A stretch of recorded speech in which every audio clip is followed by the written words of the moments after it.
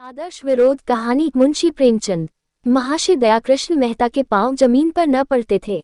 उनकी वह आकांक्षा पूरी हो गई थी जो उनके जीवन का मधुर स्वप्न था। उन्हें वह राज्याधिकार मिल गया था जो भारत निवासियों के लिए जीवन स्वर्ग है। वायसराय ने उन्हें अपनी कार्यकारिणी सभा का मेंबर नियुक्त कर दिया था। मित्रगण उन्हें बधाइयां दे रहे थे। चारों ओर आनंदोत्सव मनाया जा रहा था। कहीं दावतें होती थीं, कहीं आश्वासन पत्र दिए जाते थे। वह उनका व्यक्तिगत सम्मान नहीं, राष्ट्रीय सम्मान समझा जाता था। अंग्रेज अधिकारी वर्ग भी उन्हें हाथों हाथ लिए फिरता था। महर्षि दयाकृष्ण लखनऊ के एक सुविख्यात बैरिस्टर थे। बड़े उदार हृदय, राजनीति में कुशल तथा प्रजाभक्त थे। सदैव सार्वजनिक कार्यों में तल्लीन रहते थे।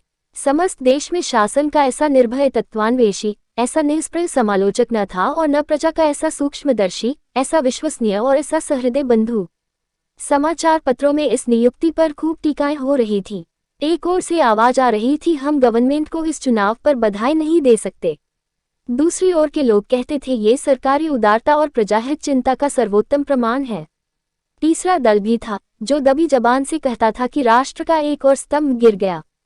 संध्या का समय था। कैसर पार्क में लिबरल लोगों की ओर से महर्षि मेहता को पार्टी दी गई। प्रांत भर के विशिष्ट पुरुष एकत्र थे। भोजन के पश्चात सभापति ने अपनी वक्तृता में कहा, हमें पूरा विश्वास है कि आपका अधिकार प्रवेश प्रजा के लिए हितकर होगा और आपके प्रयत्नों से उन धाराओं में संशोधन हो जाएगा जो हमारे राष्ट्र के जीवन में बाधक हैं। महर्षि मेहता ने उत्तर देते हुए कहा, राष्ट्र के कानून वर्तमान परिस्थितियों के अधीन होते हैं। जब तक परिस्थितियों में परिवर्तन न हो, कानून में सुव्यवस्था की आशा करना भ्रम है। सभा विसर्जित हो गई। एक दल ने कहा, कितना न्याययुक्त और प्रशंसनीय राजनीतिक विधान है। दूसरा पक्ष बोला, आ गए जाल में। तीसरे दल ने नैराश्यपूर्ण भाव से सिर हिला दिया पर मुंह से कुछ न कहा। दयाकृष्ण को दिल्ली आए हुए 1 महीना हो गया। फागुन का महीना था। शाम हो रही थी। वे अपने उद्यान में हौज के किनारे एक मखमली आराम कुर्सी पर बैठे थे। मिसेज रामेश्वरी मेहता सामने बैठी हुई पियानो बजाना सीख रही थी और मिस मनोरमा हौज की मछलियों को बिस्कुट के टुकड़े खिला रही थी। सहसा उसने पिता से पूछा, यह अभी कौन साहब आए थे? मेहता काउंसिल के सैनिक मेंबर हैं। मनोरमा वायसराय के नीचे यही होंगे। मेहता वायसराय के नीचे तो सभी हैं। वेतन भी सबका बराबर है, लेकिन इनकी योग्यता को कोई नहीं पहुंचता। क्यों राजेश्वरी, तुमने देखा अंग्रेज लोग कितने सज्जन और विनयशील होते हैं। राजेश्वरी, मैं तो उन्हें विनय की मूर्ति कहती हूँ। इस गुण में भी ये हमसे बड़े हुए हैं। उनकी पत्नी मुझसे कितने प्रेम से गले मिली। मनोरमा, मेरा तो जी चाहता था उनके पैरों पर गिर पड़ूं। मेहता, मैंने ऐसे उदार, शिष्ट, निष्कपट और गुणग्राही मनुष्य नहीं देखे। हमारा दया धर्म कहने ही को है। मुझे इसका बहुत दैख है कि अब तक क्यों इनसे बदगुमान रहा। सामान्यतः इनसे हम लोगों को जो शिकायतें हैं उनका कारण पारस्परिक सम्मिलन का न होना है, एक दूसरे के स्वभाव और प्रकृति से परिचित नहीं। राजेश्वरी, एक यूनियन क्लब की बड़ी आवश्यकता है जहां दोनों जातियों के लोग सहवास का आनंद उठावें। मिथ्या द्वेष भाव के मिटाने का एकमात्र यही उपाय है। मेहता, मेरा भी यही विचार है। घड़ी देखकर 7 बज रहे हैं। व्यवसाय मंडल के जलसे का समय आ गया। भारत निवासियों की विचित्र दशा है। ये समझते हैं कि हिंदुस्तानी मेंबर काउंसिल में आते ही हिंदुस्तान के स्वामी हो जाते हैं और जो चाहे स्वच्छंदता से कर सकते हैं। आशा की जाती है कि वे शासन की प्रचलित नीति को पलट दें, नया आकाश और नया सूर्य बना दें। उन सीमाओं पर विचार नहीं किया जाता है जिनके अंदर मेंबरों को काम करना पड़ता है। राजेश्वरी, इनमें उनका दोष नहीं। संसार की यह रीति है कि लोग अपनों से सभी प्रकार की आशा रखते हैं। अब तो काउंसिल के आधे मेंबर हिंदुस्तानी हैं। क्या उनकी राय का सरकार की नीति पर असर नहीं हो सकता? मेहता, अवश्य हो सकता है और हो रहा है, किंतु उस नीति में परिवर्तन नहीं किया जा सकता। आधे नहीं, अगर सारे मेंबर हिंदुस्तानी हों तो भी वे नई नीति का उद्घाटन नहीं कर सकते। वे कैसे भूल जावे कि काउंसिल में उनकी उपस्थिति केवल सरकार की कृपा और विश्वास पर निर्भर है।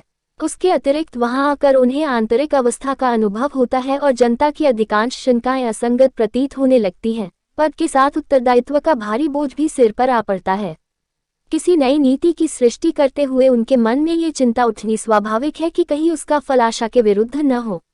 यहाँ वस्तुतः उनकी स्वाधीनता नष्ट हो जाती है। उन लोगों से मिलते हुए भी झिझकते हैं जो पहले इनके सहकारी थे पर अब अपने उच्छृंखल विचारों के कारण सरकार की आंखों में खटक रहे हैं। अपनी वक्तृताओं में न्याय और सत्य की बातें करते हैं और सरकार की नीति को हानिकर समझते हुए भी उसका समर्थन करते हैं। जब इसके प्रतिकूल वे कुछ कर ही नहीं सकते तो इसका विरोध करके अपमानित क्यों बने। इस अवस्था में यही सर्वोचित है कि शब्दाडंबर से काम लेकर अपनी रक्षा की जाए। और सबसे बड़ी बात यह है कि ऐसे सज्जन, उदार, नीतिज्ञ शुभचिंतकों के विरुद्ध कुछ कहना या करना मनुष्यत्व और सद्व्यवहार का गला घोटना है। ये लो, मोटर आ गई। चलो, व्यवसाय मंडल में लोग आ गए होंगे। ये लोग वहां पहुंचे तो करतल ध्वनि होने लगी।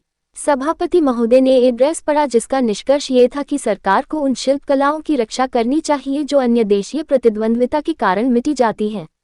राष्ट्र की व्यावसायिक उन्नति के लिए नए नए कारखाने खोलने चाहिए और जब वे सफल हो जावे तो उन्हें व्यावसायिक संस्थाओं के हवाले कर देना चाहिए। उन कलाओं की आर्थिक सहायता करना भी उसका कर्तव्य है जो अभी शैशवावस्था में है, जिससे जनता का उत्साह बढ़े।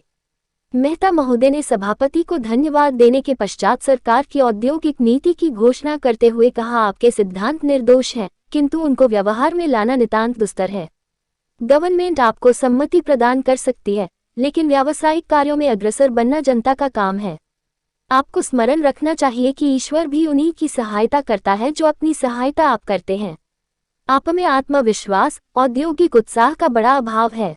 पग पग पर सरकार के सामने हाथ फैलाना अपनी अयोग्यता और अकर्मण्यता की सूचना देना है। दूसरे दिन समाचार पत्रों में इस वक्तृता पर टीकाएं होने लगी।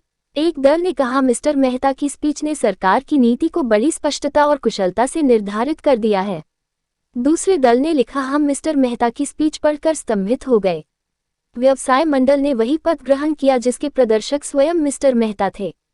उन्होंने उस लोकोक्ति को चरितार्थ कर दिया कि नमक की खान में जो कुछ जाता है नमक हो जाता है।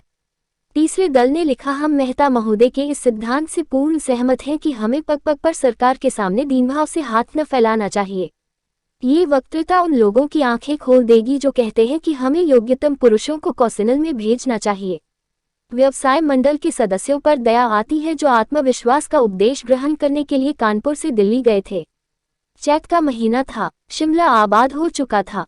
मेहता महाशय अपने पुस्तकालय में बैठे हुए पढ़ रहे थे कि राजेश्वरी ने आकर पूछा, ये कैसे पत्र हैं?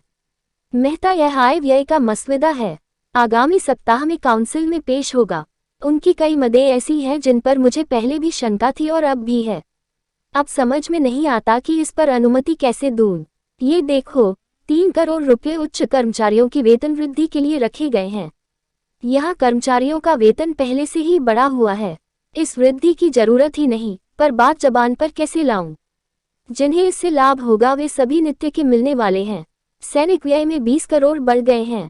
जब हमारी सेनाएं अन्य देशों में भेजी जाती है तो विदित ही है कि हमारी आवश्यकता से अधिक है, लेकिन इस मत का विरोध करूं तो काउंसिल मुझ पर उंगलियां उठाने लगे।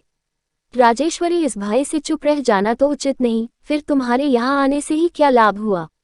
मेहता, कहना तो आसान है पर करना कठिन है। यहाँ जो कुछ आदर सम्मान है सब हाँ हुजूर में है।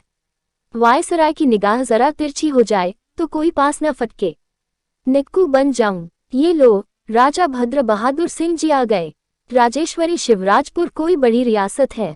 मेहता, हाँ, 15 लाख वार्षिक से कम आय न होगी और फिर स्वाधीन राज्य है। राजेश्वरी, राजा साहब मनोरमा की ओर बहुत आकर्षित हो रहे हैं। मनोरमा को भी उनसे प्रेम होता जान पड़ता है। मेहता, यह संबंध हो जाए तो क्या पूछना, यह मेरा अधिकार है जो राजा साहब को इधर खींच रहा है। लखनऊ में ऐसे सुअवसर कहाँ थे? वह देखो, अर्थ सचिव मिस्टर काक आ गए। काक मेहता से हाथ मिलाते हुए, मिसेज मेहता, मैं आपके पहनावे पर आसक्त हूँ। खेद है, हमारी लेडियां साड़ी नहीं पहनती। राजेश्वरी, मैं तो अब गाउन पहनना चाहती हूँ। काक, नहीं मिसेज मेहता, खुदा के वास्ते यह अनर्थ न करना। मिस्टर मेहता, मैं आपके वास्ते एक बड़ी खुशखबरी लाया हूँ। आपके सुयोग्य पुत्र अभी आ रहे हैं या नहीं? महाराजा भिंद उन्हें अपना प्राइवेट सेक्रेटरी बनाना चाहते हैं। आप उन्हें आज ही सूचना दे दें। मेहता, मैं आपका बहुत अनुग्रहित हूँ। काक, तार दे दीजिए तो अच्छा हो। आपने काबुल की रिपोर्ट तो पढ़ी होगी। हिज मैजेस्टी अमीर हमसे संधि करने के लिए उत्सुक नहीं जान पड़ते। वे बोल्शेविकों की ओर झुके हुए हैं। अवस्था चिंताजनक है। मेहता, मैं तो ऐसा नहीं समझता। गत शताब्दी में काबुल को भारत पर आक्रमण करने का साहस कभी न हुआ। भारत ही अग्रसर हुआ। हाँ, वे लोग अपनी रक्षा करने में कुशल हैं। काक, लेकिन क्षमा कीजिएगा, आप भूल जाते हैं कि ईरान, अफगानिस्तान और बोल्शेविक में संधि हो गई है। क्या हमारी सीमा पर इतने शत्रुओं का जमा हो जाना चिंता की बात नहीं? उनसे सतर्क रहना हमारा कर्तव्य है। इतने में लंच जलपान का समय आया। लोग मेज पर जा बैठे। उस समय घुड़दौड़ और नाट्यशाला की चर्चा ही रुचिकर प्रतीत हुई। मेहता महोदय ने बजट पर जो विचार प्रकट किए, उनसे समस्त देश में हलचल मच गई। एक दल उन विचारों को देववाणी समझता था, दूसरा दल भी कुछ अंशों को छोड़कर शेष विचारों से सहमत था, किंतु तीसरा दल वक्तृता के एक एक शब्द पर निराशा से सिर धुनता और भारत की अधोगति पर रोता था। उसे विश्वास ही न आता था कि ये शब्द मेहता की जबान से निकले होंगे। मुझे आश्चर्य है कि गैर सरकारी सदस्यों ने एक स्वर से प्रस्तावित व्यय के उस भाग का विरोध किया है जिस पर देश की रक्षा, शांति, सुरक्षा और उन्नति अवलंबित है। आप शिक्षा संबंधी सुधारों को, आरोग्य विधान को, नहरों की वृद्धि को अधिक महत्वपूर्ण समझते हैं। आपको अल्प वेतन वाले कर्मचारियों का अधिक ध्यान है। मुझे आप लोगों के राजनीतिक ज्ञान पर इससे अधिक विश्वास था। शासन का प्रधान कर्तव्य भीतर और बाहर की अशांतिकारी शक्तियों से देश को बचाना है। शिक्षा और चिकित्सा, उद्योग और व्यवसाय गौण कर्तव्य हैं। हम अपनी समस्त प्रजा को अज्ञान सागर में निमग्न देख सकते हैं, समस्त देश को प्लेग और मलेरिया में ग्रस्त रख सकते हैं, अल्प वेतन वाले कर्मचारियों को दारुण चिंता का आहार बना सकते हैं, कृषकों को प्रकृति की अनिश्चित दशा पर छोड़ सकते हैं, किंतु अपनी सीमा पर किसी शत्रु को खड़े नहीं देख सकते। अगर हमारी आय संपूर्णतः देश रक्षा पर समर्पित हो जाए तो भी आपको आपत्ति न होनी चाहिए। आप कहेंगे इस समय किसी आक्रमण की संभावना नहीं है।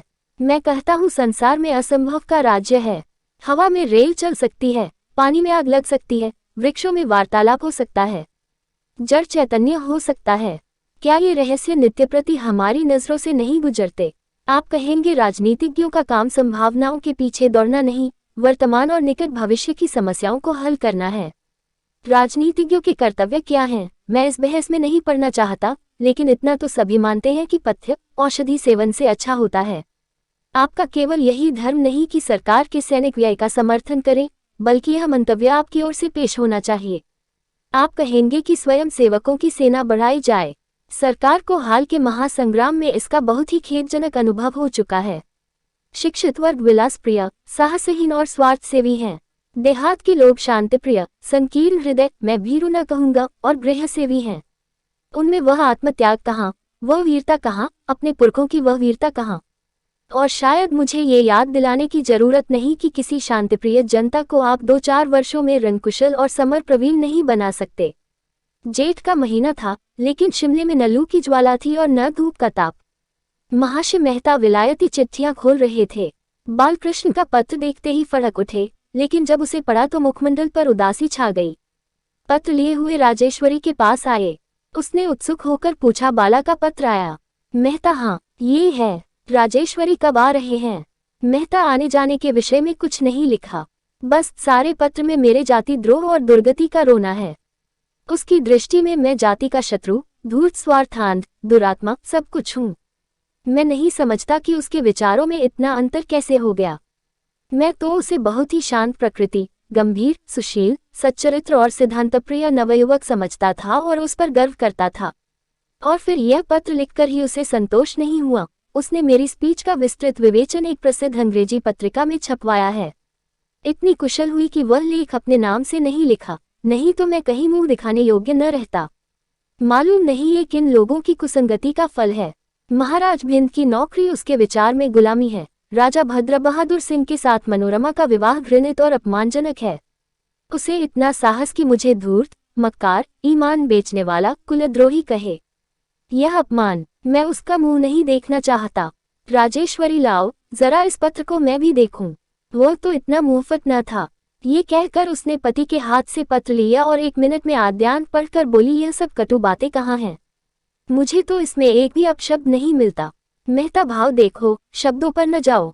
राजेश्वरी, जब तुम्हारे और उसके आदर्शों में विरोध है तो उसे तुम पर श्रद्धा क्यों कर हो सकती है?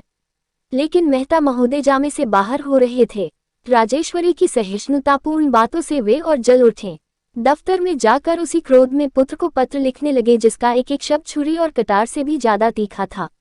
उपर्युक्त घटना के 2 सप्ताह पीछे मिस्टर मेहता ने विलायती डाक खोली तो बालकृष्ण का कोई पत्र न था। समझे मेरी चोटें काम कर गईं, आ गया सीधे रास्ते पर, तभी तो उत्तर देने का साहस नहीं हुआ। लंदन टाइम्स की चिटफाड़ी इस पत्र को बड़े चाव से पढ़ा करते थे और तार की खबरें देखने लगे। सहसा उनके मुंह से एक आह निकली। पत्र हाथ से छूटकर गिर पड़ा। पहला समाचार था, लंदन में भारतीय देशभक्तों का जमाव, ऑनरेबल मिस्टर मेहता की वक्तृता पर असंतोष, मिस्टर बालकृष्ण मेहता का विरोध और आत्महत्या। गत शनिवार को बैक्सटन हॉल में भारतीय युवकों और नेताओं की एक बड़ी सभा हुई। सभापति मिस्टर तालिबाजा ने कहा, हमको बहुत खोजने पर भी काउंसिल के किसी अंग्रेज मेंबर की वक्तृता में ऐसे मर्मभेदी, ऐसे कठोर शब्द नहीं मिलते। हमने अब तक किसी राजनीतिज्ञ के मुख से ऐसे भ्रांतिकारक, ऐसे निरंकुश विचार नहीं सुने। इस वक्तृता ने सिद्ध कर दिया कि भारत के उद्धार का कोई उपाय है तो वह स्वराज्य है, जिसका आशय है मन और वचन की पूर्ण स्वाधीनता। क्रमागत उन्नति, एवोल्यूशन पर से यदि हमारा एतबार अब तक नहीं उठा था तो अब उठ गया। हमारा रोग असाध्य हो गया है। यह अब चूर्णों और अवलेहों से अच्छा नहीं हो सकता। उससे निवृत्त होने के लिए हमें कायाकल्प की आवश्यकता है। ऊंचे राज्यपद हमें स्वाधीन नहीं बनाते, बल्कि हमारी आध्यात्मिक पराधीनता को और भी पुष्ट कर देते हैं। हमें विश्वास है कि ऑनरेबल मिस्टर मेहता ने जिन विचारों का प्रतिपादन किया है उन्हें वे अंतःकरण से मिथ्या समझते हैं, लेकिन सम्मान, लालसा, श्रेय, प्रेम और पदानुराग ने उन्हें अपनी आत्मा का गला घोंटने पर बाध्य कर दिया है। किसी ने उच्च स्वर से कहा, यह मिथ्या दोषारोपण है। लोगों ने विस्मित होकर देखा तो मिस्टर बालकृष्ण अपनी जगह पर खड़े थे। क्रोध से उनका शरीर कांप रहा था। वे बोलना चाहते थे, लेकिन लोगों ने उन्हें घेर लिया और उनकी निंदा और अपमान करने लगे। सभापति ने बड़ी कठिनाई से लोगों को शांत किया, किंतु मिस्टर बालकृष्ण वहां से उठकर चले गए। दूसरे दिन जब मित्रगण बालकृष्ण से मिलने गए तो उनकी लाश फर्श पर पड़ी हुई थी। पिस्तौल की 2 गोलियां छाती से पार हो गई थीं। मेज पर उनकी डायरी खुली पड़ी थी, उस पर ये पंक्तियां लिखी हुई थीं। आज सभा में मेरा गर्व दलित हो गया। मैं यह अपमान नहीं सह सकता। मुझे अपने पूज्य पिता के प्रति ऐसे कितने ही निंदासूचक दृश्य देखने पड़ेंगे। इस आदर्श विरोध का अंत ही कर देना अच्छा है। संभव है मेरा जीवन उनके निर्दिष्ट मार्ग में बाधक हो। ईश्वर मुझे बल प्रदान करे।